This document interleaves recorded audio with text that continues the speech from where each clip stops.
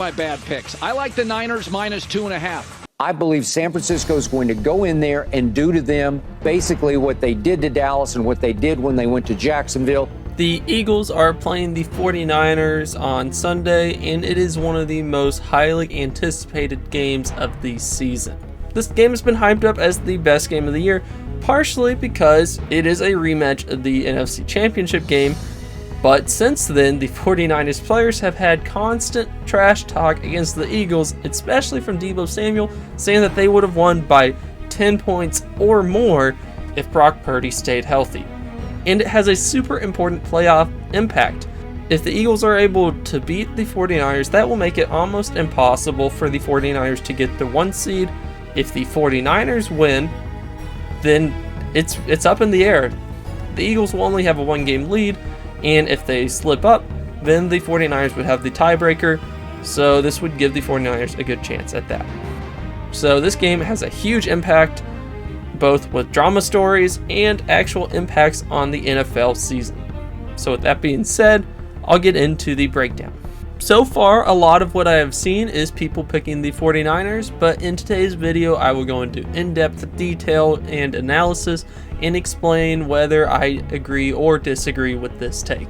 So to start it off, of course, the Eagles are 10-1 and the San Francisco 49ers are 8-3. They are widely seen as the 2 best teams in the NFL, maybe 2 of the 3 best, but definitely Super Bowl favorites at this point. Going into this game, the 49ers are currently favored by 3 points, and it is in Philadelphia.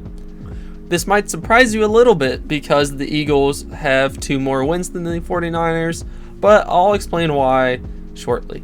So let's start off with everybody's favorite, the Philadelphia Eagles. So if you've paid attention to their season and have been an Eagles fan, you've probably had several heart attacks so far this year.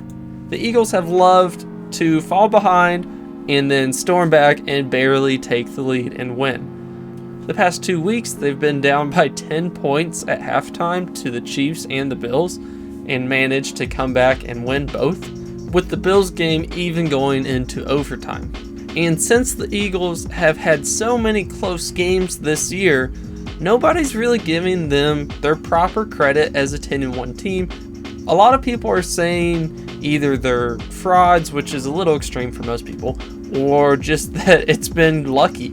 And some of their wins have been lucky. I mean, beating the Chiefs had a bit of luck. Like, MVS dropped a for-sure touchdown that would have given them the lead with very little time left. And against the Buffalo Bills, Jake Elliott made the best kick I have ever seen with a 59-yard field goal with pouring rain and wind. Like, that was crazy.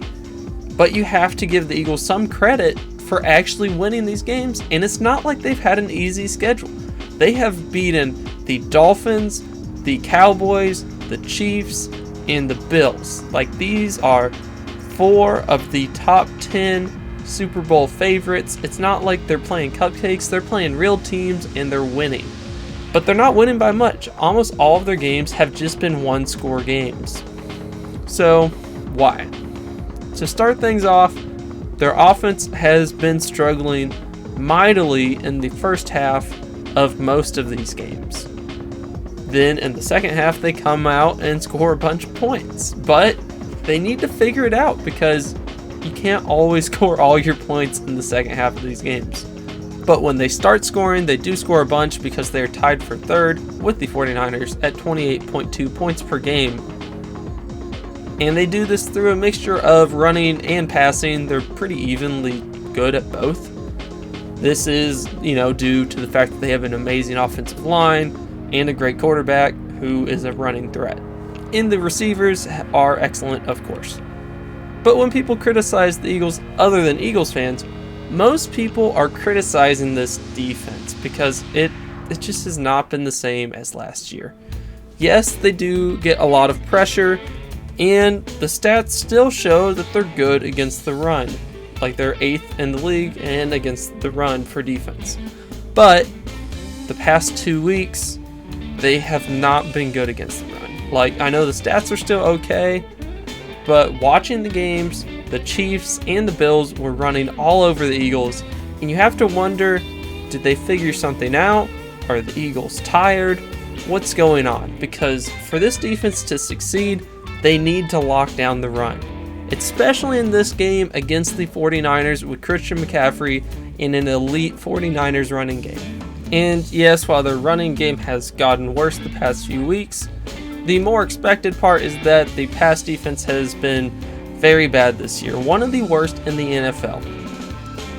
They are getting carved up by every decent quarterback, and it's a huge problem. If the Eagles' defensive line does not get to Brock Purdy fast, very fast, then he's going to carve him up, throwing it to Debo, to Kittle, and to Ayuk. Especially Kittle, because the Eagles have nobody who can really guard him very well.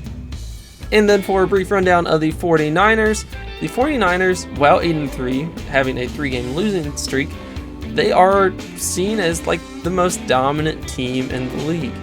This is quite simply because, like they've been blowing everybody out.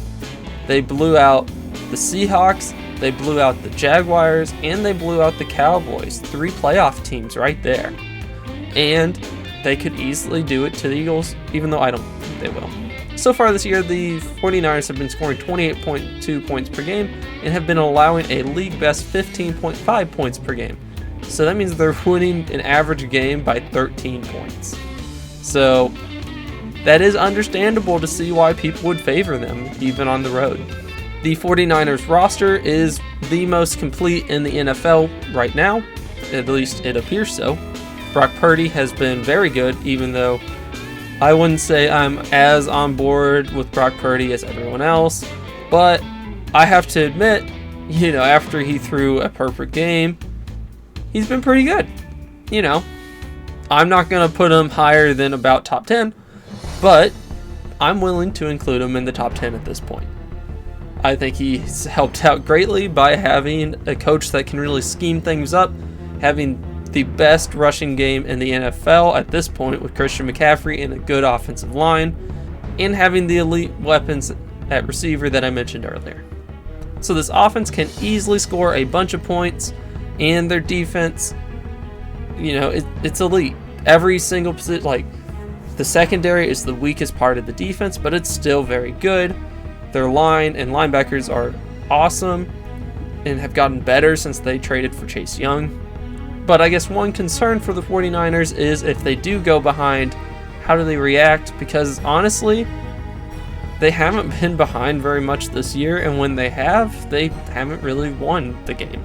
So if the Eagles can get ahead, that could be one easy way to victory. So I kind of went over a brief overview of the teams. How can each team win? So the Eagles can win by doing this. First off, the Eagles defense stops Christian McCaffrey in the 49ers offense.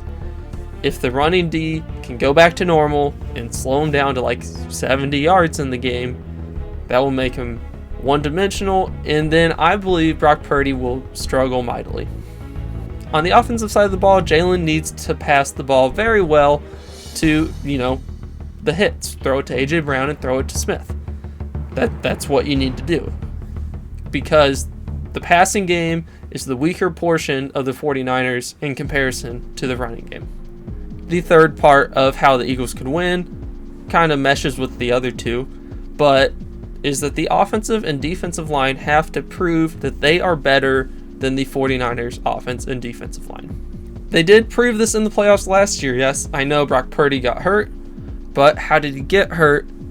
Reddick, hit him really hard. They were getting a ton of pressure right away.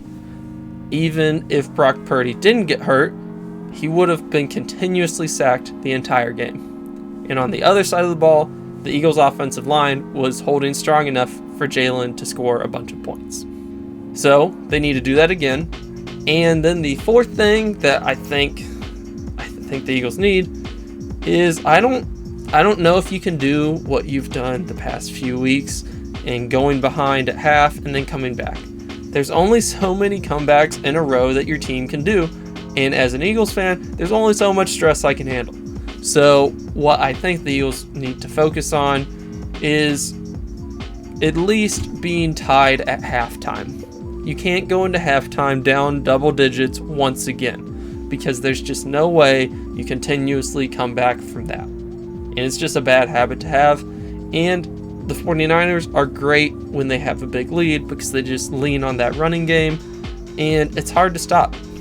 So for the Eagles to have a good chance, I think it's very important to score some points in the first half. Then on the other side of the ball, how can the 49ers win? Well, your team has been more dominant, so just keep on doing that. Run the ball, and more importantly, throw the ball all over the Eagles' pass defense that has been very subpar this year.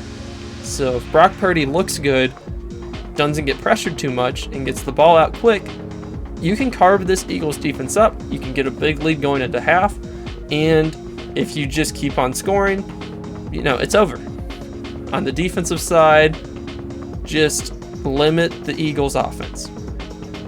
It might not be possible to completely shut out the Eagles' offense, but limit them to under 21 points or so, and the 49ers passing offense can likely score more than that against the Eagles' pass defense.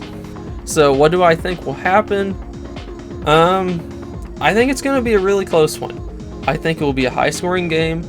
I think the Eagles will find a way to pull it out 31-28. So I think this might be because I'm an Eagles fan, and I don't know if I can pick against the Eagles, especially when they've proven time and time again they rise to the occasion. They win these big games, they win these close games, and they'll prove that they are the better team, and then they'll probably meet again in the playoffs. But, yeah. So anyways, thanks for watching. Like, subscribe, comment, and I'll see you later.